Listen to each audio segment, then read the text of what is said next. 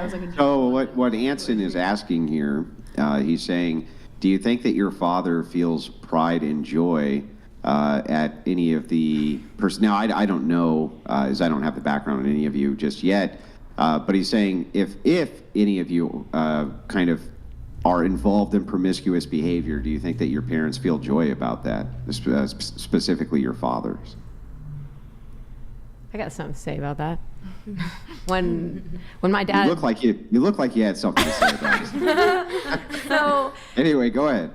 when I first started dancing, I don't dance anymore, obviously, but I work as a, courtesan. But when my mother Wait, hang on. I'm sorry. I just want to clarify very quickly. When you say courtesan, do you mean an escort? A legal prostitute at the Moonlight Bunny Ranch. It's legal and in it's Vegas? in Nevada. Yeah, they have got one in Vegas, actually. Yeah, they do. Well, yours would have to be in Nevada, right? I think It is in Nevada. Yeah. Mine's in Carson City, but they used to have one in Vegas. FPS check. Oh, Okay, sorry. so Carson City, about 25 minutes away from Reno, roughly. Yeah. So pretty much when my dad... Is that okay, Nick? My mom was mad that she found my W-2 when I was a dancer back in the day when I danced. She said, "You aren't working at the new dance bar, are you?" And I was like, well, yeah, I am. And my mom was kind of upset about it. But when my dad, he gave me the fist bump and he's like, "You go, girl." And I'm like, from a dude that was in the military and stuff, I was like, but I'm going to tell you this. So my middle name Danielle. Wait, hang on. Yeah. No, I'm going to tell you. Hang on. Let's back up for a second. And just so you guys know, if we're having a discussion back and forth, because I'm remoted in, when you're talking, if we're talking at the same time, I actually can't hear you, right? So I can only hear it one way.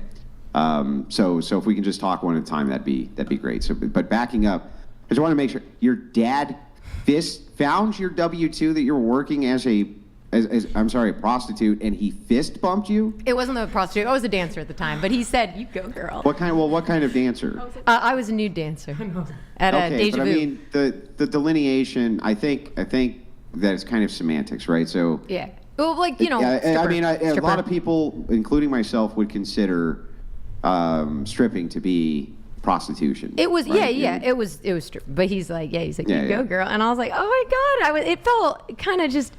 It felt good to me because I felt like at the time when I was a dancer, I tried to hide it. I got a bunch of fake Red Bull shirts, so I would make fake Red Bull shirts and because to be like I was a promoter or something, and I'd put on these shirts and say I was going downtown. This is when I was like 22 years old, and I would come back with the shirt on. And obviously, I wasn't using it the whole night, but finally, that's when my mom found out. But when my dad said that, I thought it was so funny. And what'd your mom say?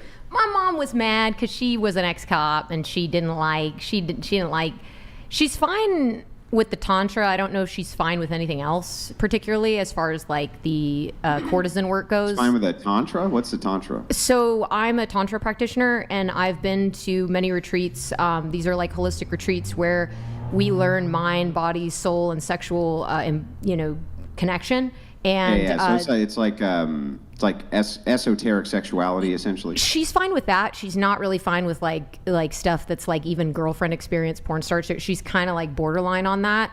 But she's fine with the tantra, but she's not fine with the others. So it's really interesting. I think it's because like I had to get trained in it, and she wants me to get trained in something. So she does. My mother does say to me like, I hope you're a smart girl. I hope you get trained in something.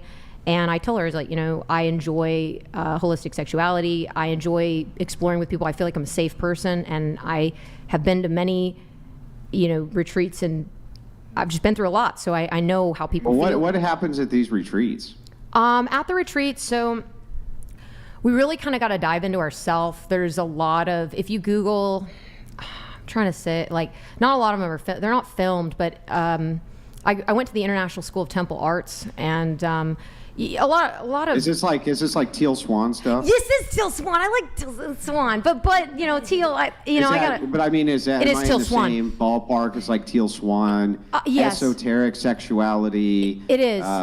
Kind of diving into yourself and channeling spirits in order to do sex magic, that kind of thing. Kind of, but they'll rip you apart at these things. Like you'll be in tears by like day 3. They will just shred you to pieces, and it has to, because you have to break and like crack open in order to be able to understand the depths of someone's emotions. So you have to be like put through the paper shredder. And if you already, a lot of these people were kind of grinded by life, and then you get grinded by life even more when you go there because they open up the wounds again. And yeah, I mean, but it's basically cult brainwashing, right? You know, there is that. Okay, so I actually have some. Okay, so that is why I don't believe in communes and living on communes, is because my mentor, she's passed away now, but her name was Sam Isadora, and she's a tantric sex guru, and she grew up. Yeah, she grew up on one of those, like, kind of, you know, the Jim Jones, that whole thing, and and I don't believe in the problem with some spiritual communities that I have is the, like you said, with the brainwashing. It's so in spiritual communities you can't fight. You can't like say, oh, you're a jerk, you're a bitch. You can't say that. So what they do is they start to, oh, your vision might not be good today. Oh my gosh, you might not be hearing me correctly. The gaslighting is big. So you've got to be really in tune. And when you call somebody out on that, they will block you. Like, I was actually blocked by a spiritual like person who I followed with over 1 million followers, and I was blocked by her because I called her out on it. Because they were questioned. They said, oh, I think you just need to listen to me again. Well, I mean, so why do you participate in these things? So there's some things I believe in, and then there's some things I don't. And that's why I don't completely live like on a commune. I don't live that life, because even my spiritual teacher, Aaron Kleinerman, who was he was a war vet, and he went into the Tantra and became a Tantra practitioner.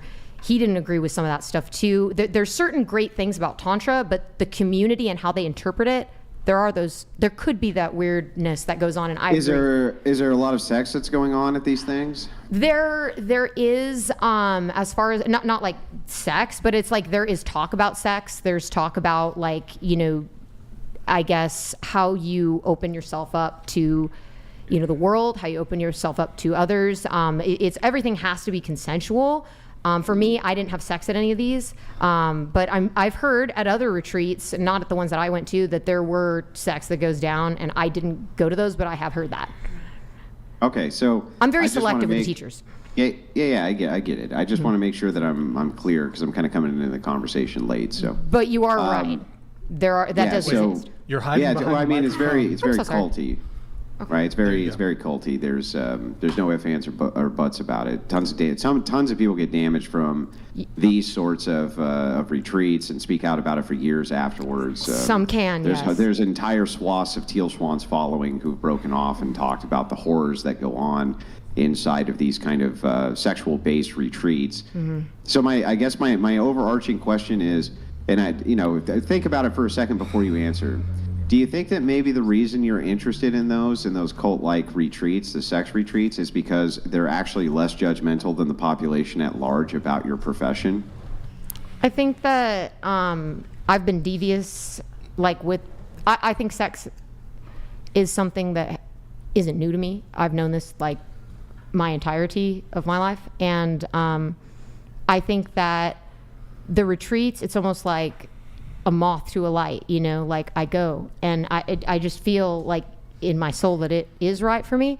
But I know when something is wrong. I know when boundaries get pushed, and that's when I'm not cool with. I respect everyone's boundaries that I've been with. I would never run one of those retreats because I feel like that would be one of the most difficult jobs in the world. I don't know how my teachers do it. The ones that I have are the ones that I recommend. Well, they get paid a lot of money. That's how they do it. They do. And the ones that I have are very good, and I would honestly, like on God, would not recommend anybody else than the ones that I saw, because I don't trust anyone else but the ones I saw. Okay, so I think I got a bit about your background now and kind of understand where it is that you're at and where it is that you're coming from. Yeah. So